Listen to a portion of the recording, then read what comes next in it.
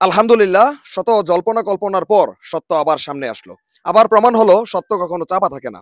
প্রিয় দর্শক শ্রোতা, যে বিষয়টা নিয়ে সারা বাংলাদেশে উত্তাল, সেই বিষয়টা হচ্ছে ঢাকা বিশ্ববিদ্যালয়ের ছাত্র শিবিরের সভাপতি এস এম ফরহাদকে নিয়ে।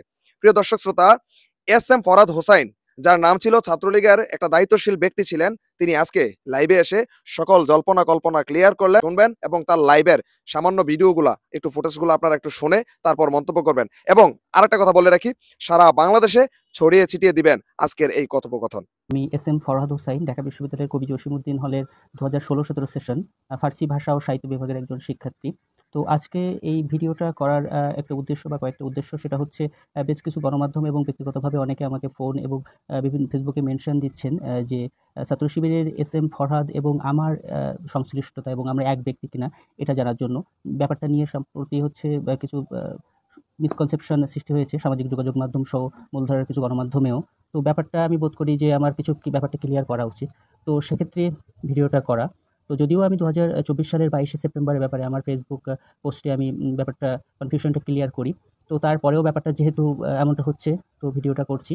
সেটা হচ্ছে ছাত্র শিবিরের এস এম ফরহাদ এবং আমি ব্যক্তি এক নয়। আমার বাসা সাতক্ষীরা, ওর বাসা চট্টগ্রাম। আমি 2016-17 সেশনের ছাত্র, ও 2017-18 সেশনের, এবং আমার বিভাগ তো ফার্সি ভাষা ও সাহিত্য, এবং ওর হচ্ছে সমাজ কল্যাণ ও গবেষণা ইনস্টিটিউটের ছাত্র সে। তো ও আমার জুনিয়র এবং হলের।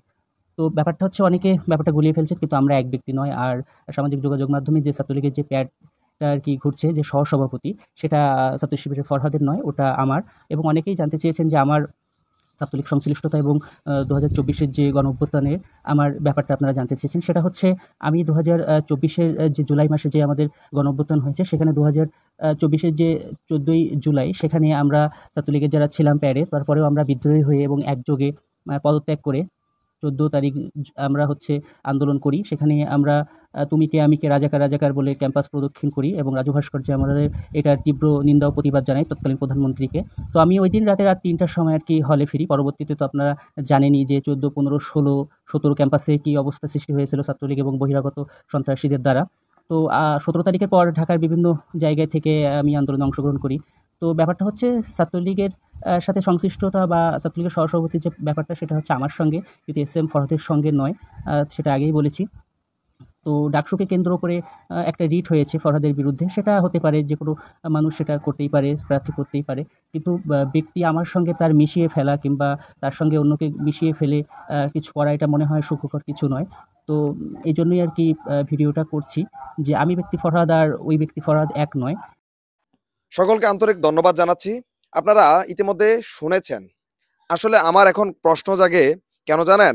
প্রশ্নটা এমনভাবে জাগে যে ছাত্রদলের যে ভাইয়েরা এস এম ফরহাদকে বিভিন্ন সংবাদ সম্মেলনে নিয়ে, বিশেষ করে আবিদ, যিনি কিনা ডাবি ভিপি প্রার্থী আবিদ, সে বারবার এস এম ফরহাদকে জোকানোর চেষ্টা করেছিলেন ছাত্রলীগ ছাত্রলীগ বলে বলে। প্রিয় দর্শক, কবির মতন কবি, যে কিনা কবিতার মতো মিথ্যা স্রোতের মতো সুন্দর করে বলতে পারে, তাকে আজকে প্রশ্ন করতে চাই এই ভিডিওটা সে যেন ভালো করে দেখে, এবং দেখে যেন প্রত্যেকটা মানুষের সামনে এসে ভালো করে সত্যটা উপস্থাপন করে।